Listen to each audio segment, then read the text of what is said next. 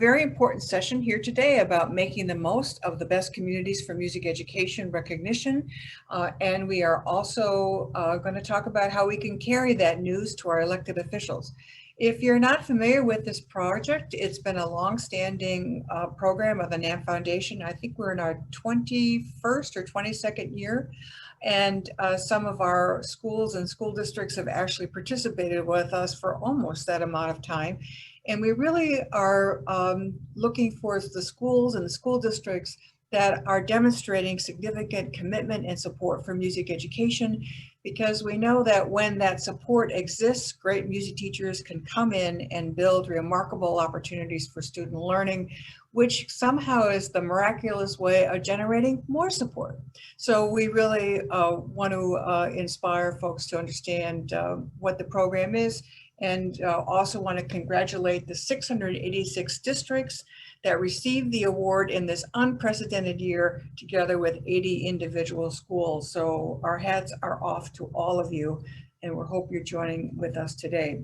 We have a wonderful panel that is going to help us understand how this recognition can be amplified in local communities, also state and nationally. And I think you can see their names on the screen, and I'd love to bring them all online now, and we can all see them a little more closely.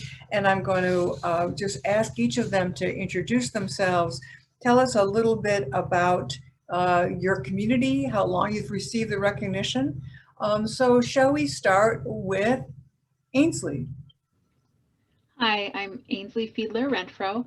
I am the District Performing Arts Curriculum Specialist for the Fargo Public Schools School District in Fargo, North Dakota. And we have received this distinction 18 years.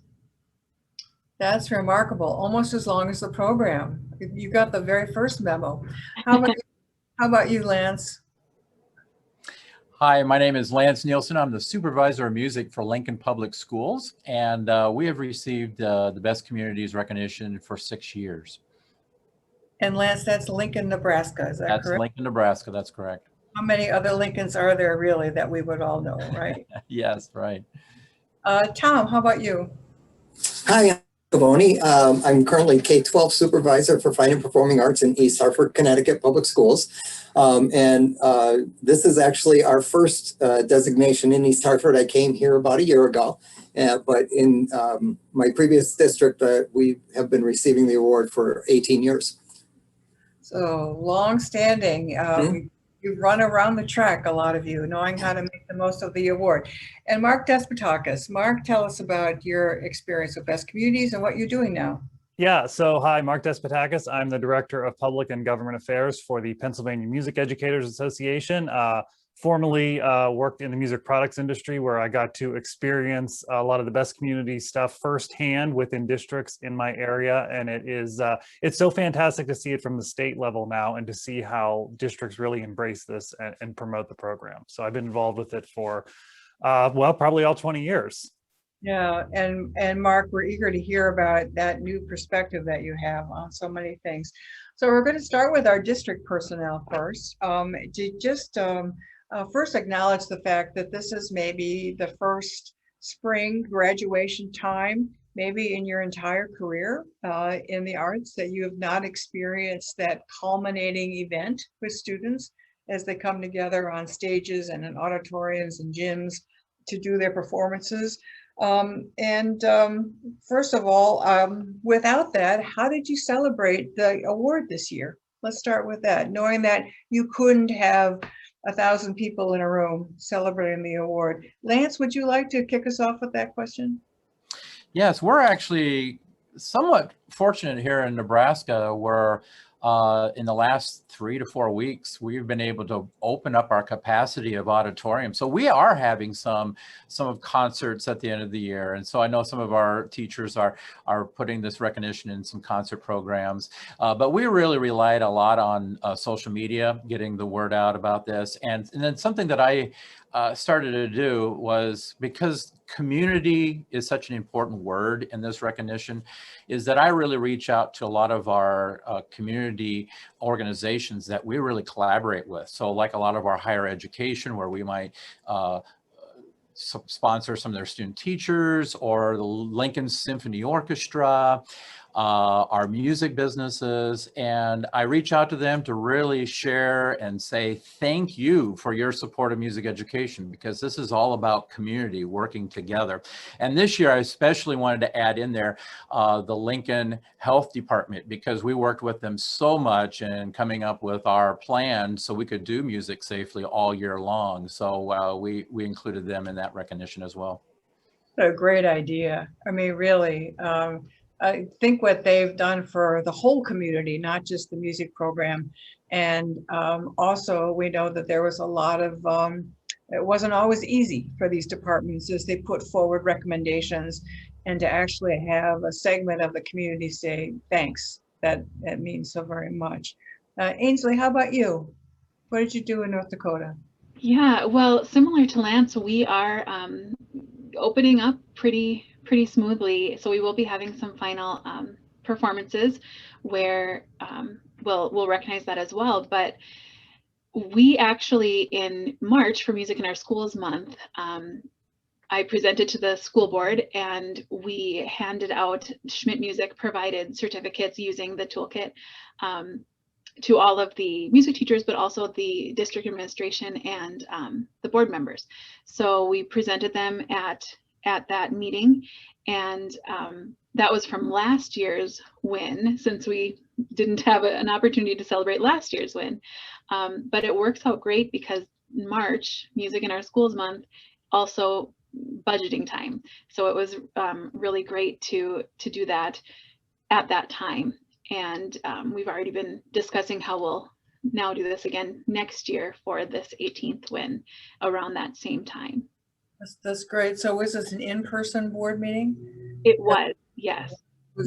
Were these board meetings mostly on Zoom or other formats going before then? Yeah, until about winter, they were over Zoom. And then winter-ish, probably second semester, we started in person again. So we were able to be in person for the meeting. Schmidt Music did record a video to play during the presentation. That's terrific. That's terrific.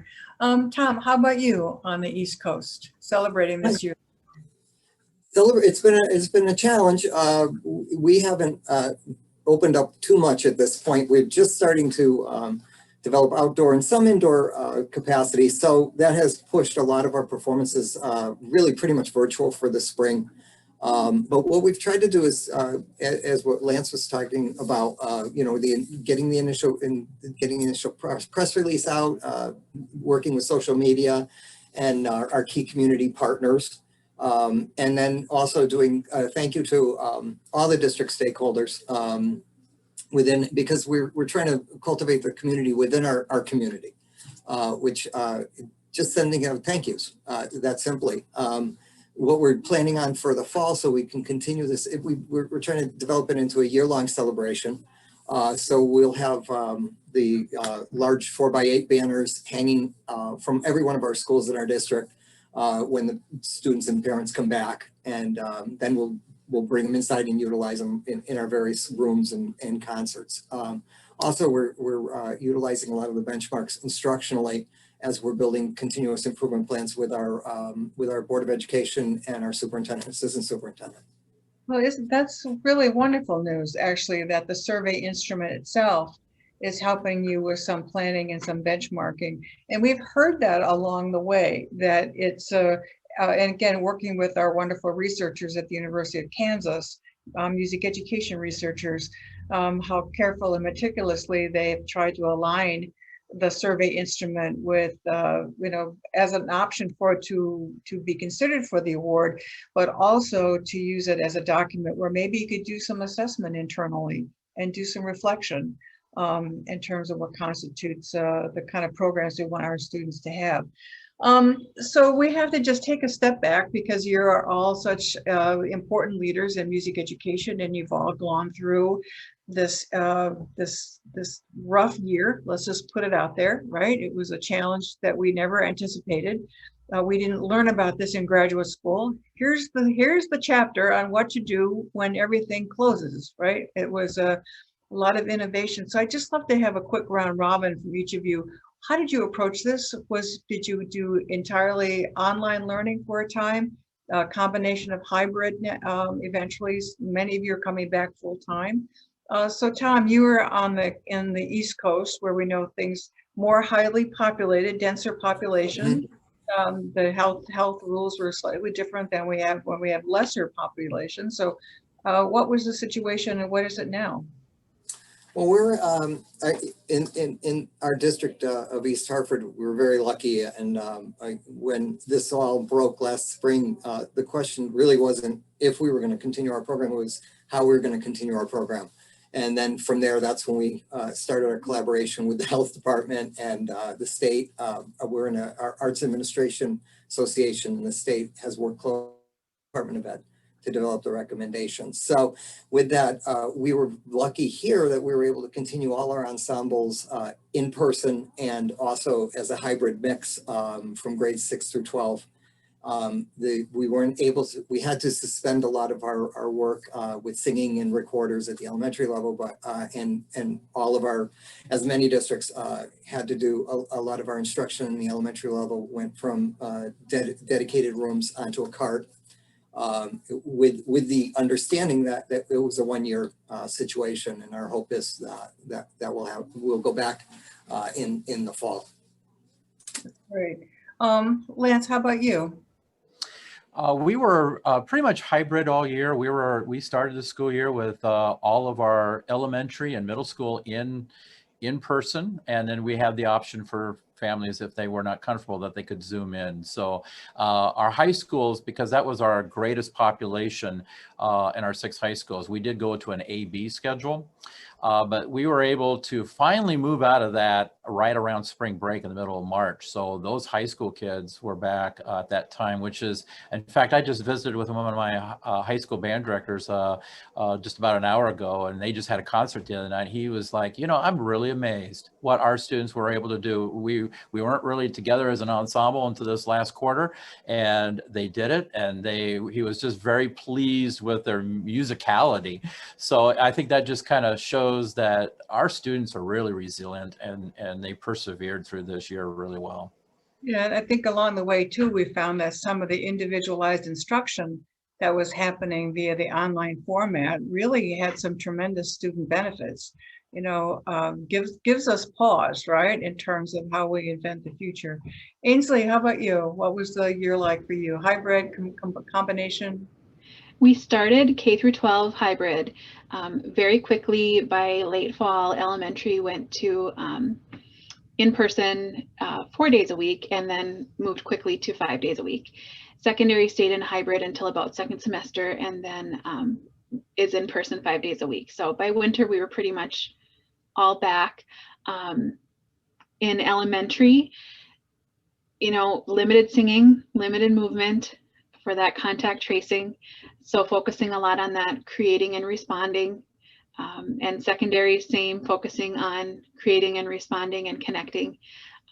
But then also utilizing the flipped classroom. So focusing on the performing then at home, and sending videos in and whatnot. So we've also utilized PPE at the secondary level for wind instruments and singing. Elementary, we were able to be in our classrooms teaching music the whole year when we were in the buildings. So we were able to keep our classrooms. And secondary, the same thing, but then we were also able to spread out into auditoriums and such. Yeah, that's great. You know, I'm thank you for sharing that, because I think not only for those who may still need to be solving this problem, it's also very reinforcing for people that have taken the steps to make sure music education was continuing for students with, again, all the changes. You know, along the way, we were very much committed to the mitigation research from the aerosol study. I see heads nodding there. Just quickly, how did this help you, and what did you do with the information? You know, how did you use the information? We can point everyone in the direction of where, if they need more information on the aerosol study, there is a session on the virtual platform on demand. You can get a quick overview of the aerosol study and the mitigation strategies.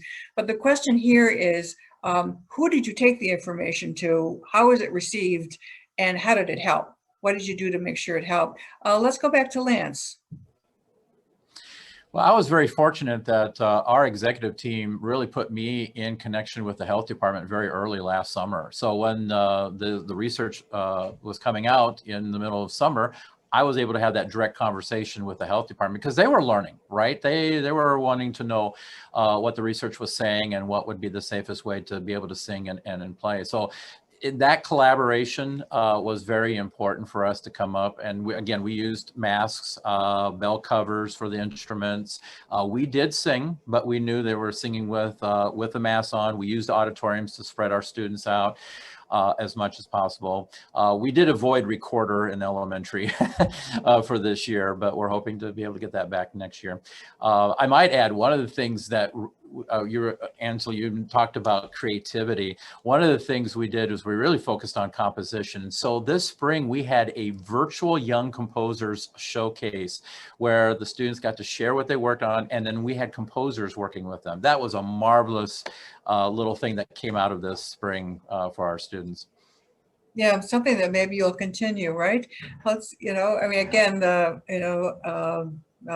flowers blossom in the desert, right? New idea. Right. One thing that I think the aerosol study and the research, and I'd love just your quick reaction to this, Lance, but then you went right to the health department. Did they say, oh no, this research isn't rigorous enough, we can't, we have our own points of view about this? Did it just aid in the discussion with them to say, before we make a decision, let's be sure we understand? Was it in that sort of context that it helped? It really was. And, they had their research that they've been receiving and guidance from CDC. And so basically it just lended us to have that conversation together. And because of that, I think we were able to come up with a plan that was very workable for our school district. Yeah, and I should say hats off to Dr. James Weaver at the National Federation of High School Associations, who was also talking to the CDC. So while you were talking to a health department, he was having really direct conversations with the CDC, so they too could be educated about the research that was going into the study. Ainsley, how did you use the aerosol research study, and who did you take the study to help make some decision? Yeah, right away last summer, I shared it with our associate superintendents, and from there on, that was our go-to for decision making. And I think there were many moments where it would have been easy, not for us in the performing arts realm, but for administration to say, we don't know if it's safe, we're just not doing it. And this study really let us show it's okay. Here's the proof, and here's what we need to do to make sure that it's safe and continue it. So we relied heavily on it. Yeah, I think I'm going to make sure the team that just organized the research hears your quote. That'll bring a little bit of a heart flutter, because it was quite a lift to do the study so quickly and to find qualified people. But that we precisely hoped that it would slow down the conversation a little bit, or inform a conversation. It didn't everywhere, we have to admit. In some states, State Department of Education just said no, right? And the health departments simply said no. But we still had the information that we could take back to them over and over and over. How about you, Tom, relative to Connecticut, your place in Connecticut? The aerosol studies were an absolute godsend. I can honestly say if those didn't occur, or if they were delayed in their occurrence, I would concerned about where we would be as in music education right now across the country. It was the information, it was valid, it was relevant. Our process here in the state, it seemed to be the best way was we culled all the information, brought it through our State Arts Administration Association, and then worked directly with the State Department of Education, was working with the State Health Department, and then we worked with our individual health departments. But again, without this study, I just can't even imagine where we would be at this point. Yeah, that's very gratifying, and I'm sure we share it with our researchers, who also had it was a moment mentally that we felt very seized. You know, it was because we know from the policy perspective and the administration and to manage health and concern for where we were a year ago, that it would just be a no-go. So again, we're grateful that you carried the information forward.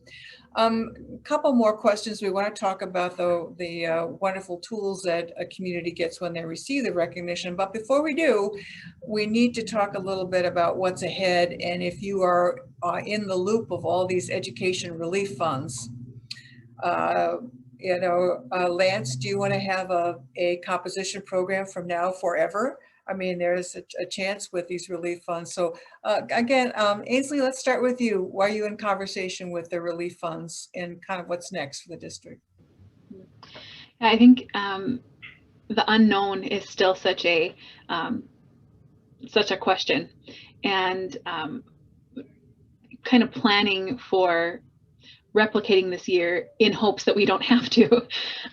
We have submitted requests for the relief funds for some the PPE for next year, as well as duplicate instruments, so that we can again avoid sharing, especially larger instruments, tubas, and so on. That's great. How about you, Lance? What's planned for Lincoln? We're doing the same thing. We're really, and for us, we're really focusing in on recruiting, retention, and rebuilding. Those are our focuses. And so this is the time of the year, as we wrap up the school year, we start working with our younger students about instruments for next year. So we used ESSER funds to get those, the little mouthpiece kits that are been produced, and we bought classroom sets for all of our itinerant teachers, so they're able to, and we're using them right now to work with students and get them prepared. We are able to do some summer camps this summer, and they're limited, but we're expanding them so we have more sites. And honestly, at this point, we probably have more students than we used to when we had just a single site for our district. So we're really trying to reach out and making those connections with students, and knowing next year we're going to have to really reach out to those families who just chose not to do especially instrumental music this year because they were just a little scared about maybe starting on an instrument. So my middle school teachers are probably going to have some beginning classes next year. So that's where our focus is going to be. It's a redeployment of some staffing too, to look at the reality of the situation. That's very encouraging. I think that the summer program is going to be extremely significant. And I don't know about you, but it's May and summer is like now. So I know there's a lot of fast moving and quick thinking to get these things together. Tom, how about you up in Connecticut with the relief funding and what's ahead? We've been able to tap into a lot of the earlier ESSER funds, a lot for small accessory types of mouthpieces and those types of things. We did, we're an urban district, so we supply all our instruments for our kids. So we were able to get a significant amount of money to send them out to get checked through prior to giving them back out. So we pulled everything in and started over again basically this year. Moving forward with the recovery, we've put in for those same types of funding, and one of the interesting outcomes of this has been the embedding of the technology within really K-12, and both on our fine arts and our music site. And we've had that opportunity this year, and we've found that we want to continue that, and so we have a multiplicity of technology programs that we're going to continue to utilize over the next 3 years, and those have already been approved. And we'll be using for the composition piece and just a whole number of things. So that's one of the great outcomes. I think it's accelerated. I think all of our desires to embed technology in our instruction, and we didn't have a choice, so we just sped it up. So now we're here. So that's been, if there was something really positive to come out of this, so that was one of the things. That's great. And also the the reality when there's more offerings, more students participate, right? I mean, the great benefits of music education for more students. So we want to take a quick look, and the final question is, when you receive a Best Community for Music Education Award, NAMM provides you and your district office, your building folks, a toolkit, and it's quite comprehensive, and I think we'll take a look at it now. I love this idea of the banner that you're producing. You know, if you win even a small little sports award or tournament, you get a wonderful banner for the school. So it's great that you're doing banners. But this is an example you can see on your screen of some of the things that are included in the toolkit. The banner, the Support Music Award, by the way, is for a single school. Which is different than the district award. The certificate, which can be used for all the teachers in a district, or presented at a school board meeting, and all the social media. So quick round robin. Did you work with your central office? How did the toolkit help you spread the word? Ainsley, go back to you, please. Well, for somebody who is not a tech person, this toolkit is a lifesaver. I love it. I've shared it with our district office, with our PR person in our district office, and they have used it for social media blitzes and other publications. Like I mentioned, the certificates we've used, and I am going to use Tom's inspiration for those banners. I think that's a great idea. Yeah, it's amazing. You can get them online for really very inexpensively, and the art and the graphics, the pixel strength is good on the graphic itself, so it comes off and rolled up in a tube, and you can hang it up. Right? It's great. Lance, how do you work with your school district to get the word out?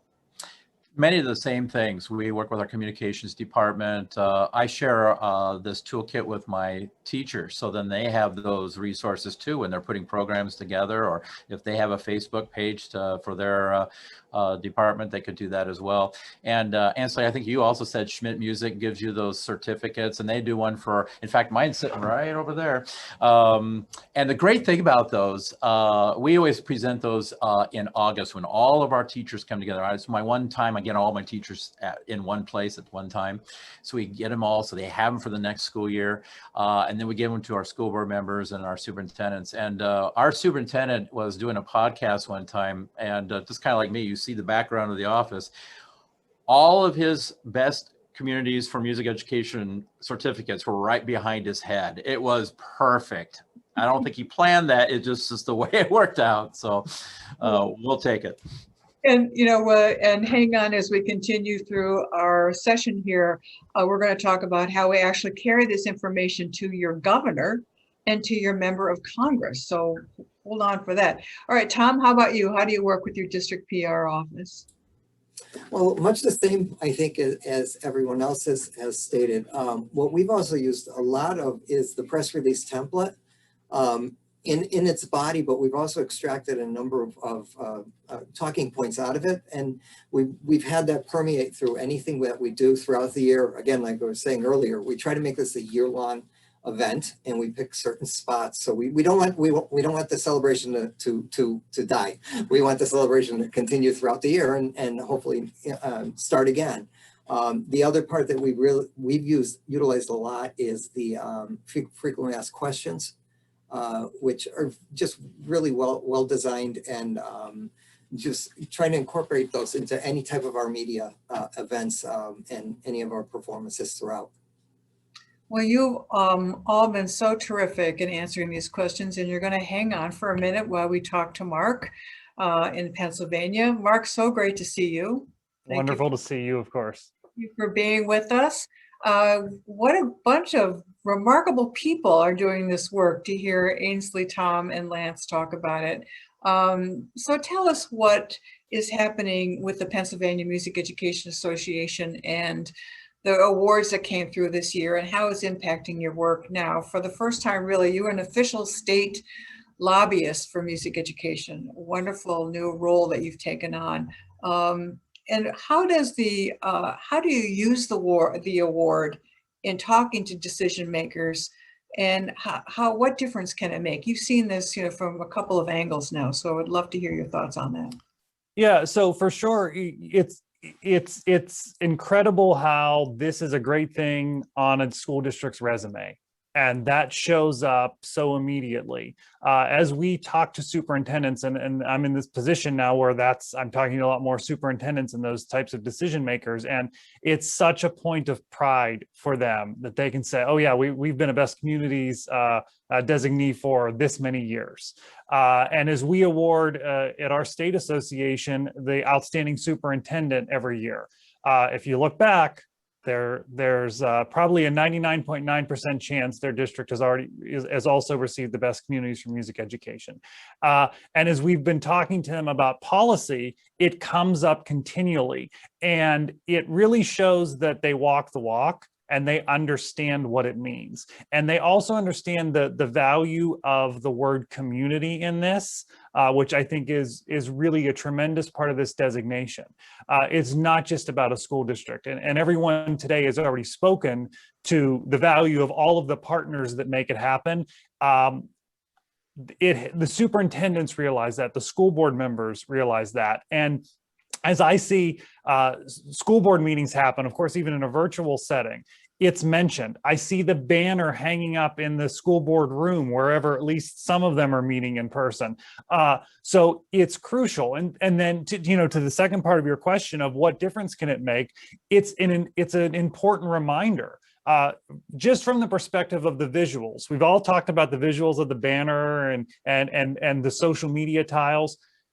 That is a remarkably important reminder to a decision maker that, yeah, we have this point of pride and we want to make sure that we continue this point of pride for our district. So how do we do that? It opens up conversations for music educators with their administrators by saying, look, we have done this and we want to continue to do this. And someone spoke earlier about the value of the survey. And when I would talk to teachers about why they should do this, one of the things I always would say was, yeah, this would be awesome if your district received this designation. But what is more valuable to you is going through the survey and doing the audit. That is so valuable. So you actually have some numbers. That's good for you as the teachers, but that's good then if you're going to ask for something. If you're going to say, we have a deficit here in our district, and I've run the numbers, and here's where the issue is. I've identified it. So the program is just valuable on so many levels. And again, to reemphasize the first point, I see so many districts, it's on their resume. I love that. I never thought of it that way. The whole idea of how we think about how we present ourselves individually. And now, of course, every organization, every business, every school district is also, presenting themselves, wants to present themselves positively. Mark, over the years, how do you think have you seen the award really make a difference? And can you point to a couple of examples where it maybe really swung support in a more positive direction and more got done for music education because of the award? Yeah, I would say some of the situations were when a district had received it for a year, 2 years or more, and then all of a sudden did not receive it. And that was a wake-up call then for the music teachers and for the administrators. And that's when the conversation really started to happen to say, okay, what happened that we did not receive this? What do we need to look at internally? Because, okay, you can maybe get complacent if you're consistently receiving something, or if, you're always at that baseline. Whenever it's gone, then you say, oh, wait a second. We really need to look into this. So that's one of the situations that I've absolutely seen happen. And it gives rise to our reality as the sponsors of the survey, that we've designed the survey year to year, that it's not just a cut and paste from the previous year's data. It really is, there's some basic information that we request, but it's not, oh, here it comes again, I just fill it in like I did before. And those are always the toughest calls for us to make when a long-term school district, for some reason, hasn't been able to qualify on the survey. And many times we try to go down and identify, maybe they just innocently missed a section and they scored very low. I mean, we really try to understand what's happening. But yes, that's part of that reality too. So Mark, you're in a state capitol, you're working in a state capitol, you're walking the halls of the capitol, you're just where I always thought you should be, almost. I'm really thrilled with what you're doing. What are you seeing is happening with these relief funds? Yeah, Give so an example, but it'd be great to hear what you're experiencing. yeah, it's really interesting because the first round and even into that second round, we saw a lot of these examples of, okay, we're going to use it for this right now, and we need to hurry up and use this money to address that and the immediate need. Now, as we're moving into more rounds of this funding, we're seeing schools say, okay, let's stop and think about this for a second, and let's look a little bit more long term. By long term, obviously 2 years out, 2-3 years out, which is, you know, the life of this funding. And schools are starting to actually think a little bit more about that. And I think that's a lesson from the, you know, go back to 2008, 2009, the last time there was a stimulus money to schools, and especially in Pennsylvania, was what had happened was then that money just backfilled the state budget and then was just pulled out from schools. So schools are being much smarter about it. The state is being much smarter about it. And we are saying to teachers, okay, let's take a breath. You've got through the past 12 months, 14 months. You've got through this. All right, is a summer program the right thing? And we've had teachers who have come to us and said, the district came to us and said, yes, we want to expand your summer program and we're paying for it out of ESSER funds. So they didn't even have to go and make the case. The districts have come to them and said, we're going to do it. Others have gone to their district and said, we want to find a way to make this work. But then the conversation is, what's the long-term impact of the funding, and how do we use this money in a very smart way? The question that I hear constantly is, can we pay teachers with this funds? And so we're saying, yes, but you have to think about how you're doing it. It doesn't make sense to use some of this money to rebuild a program and allow the teacher the space to rebuild a program that has been hurt so much in the past year. Absolutely, but have a plan. Have that discussion with your administrators. So from that piece of the puzzle on the money that's going directly to schools, yeah, that's the conversation. Of the money that's going to the state, that is a completely different conversation, because like so much else in the country, it's become political in our state for sure. And where does that money go and how does it impact schools? And again, how is it done in a very deliberate way? That's what we want to make sure happens, that we're not just throwing money, we're doing it in a very deliberate way that makes sense and is used properly. Wonderful advice. You know, I think that the music education opportunity is, as you say, a long-term one. They could use stimulus dollars to start a rebuild, as long as the commitment existed to fund those expenses beyond the relief funding. I look back at our wonderful Anaheim, California elementary school district that went from no music educators to 26 full-time over a 5-year period, with making an incremental commitment every year. And now it's sort of the toast of the town, that program. And they just won their second best communities after rebuilding really from the ground up. But it was all about long-term, right? You can't start someone in a job, you can't start the experience for students if it's not something that's sequential and long-term. Mark, stay at it.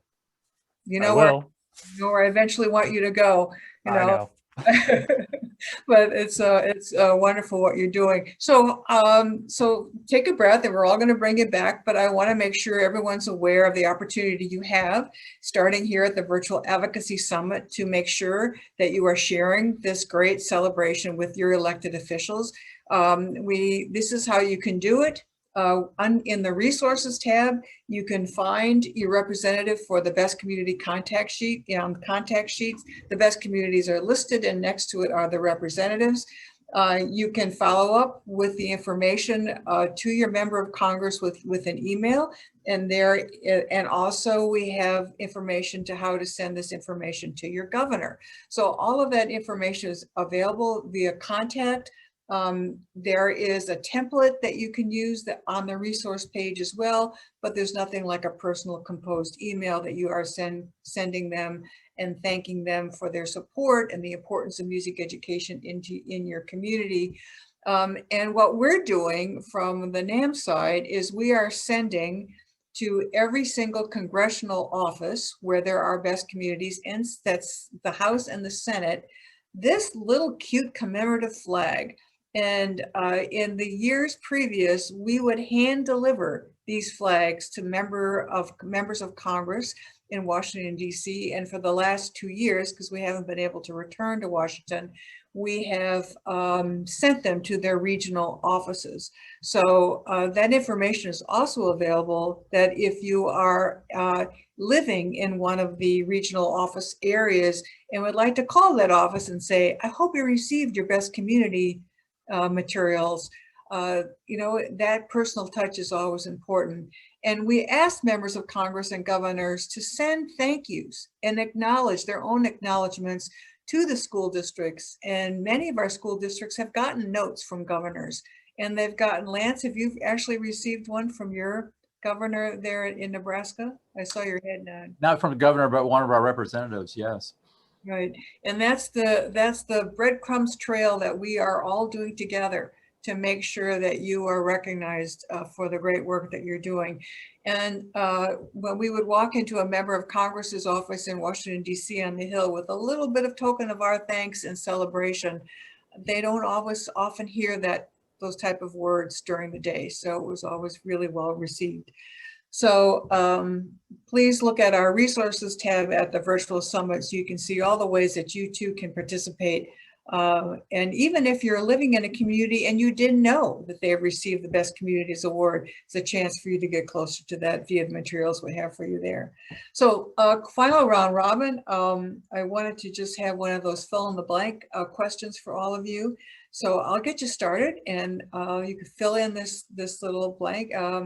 Ainsley, you've been such a delightful guest. Thank you so much. So let's have you answer this question. As we move forward from this pandemic time, I believe music teaching and learning will continue, and I stress to continue, to enrich the lives of our students and community. The pandemic has continually proven how essential music education is, period. For students, for community, for life. We saw our students and our families and our community and our school board just come back to life when live performances were allowed again. And that's why I stress continue, because it was really amazing to see. I also think it cemented the vital importance of SEL and how it's organically linked to music education and music making. And I'm excited to keep that momentum going. Yeah, the social emotional well-being of our students, the role music has and the power music has to address that. Tom, I believe music teaching and learning will have the opportunity to reset and innovate. And I think you're demonstrating you're doing that in East Hartford today, right? We're working it. Great. Lance, how about you? As we move forward from this pandemic time, I believe music teaching and learning will. I believe it will flourish. I have said many times, I think we're going to see a renaissance of the arts as we move out of the pandemic. Everybody's just been yearning this opportunity to get back to music making and making art and being creative with each other. Bravo. And Mark Despotakis, I believe music teaching and learning will evolve. I think we've already seen it because we've been forced to evolve in some ways.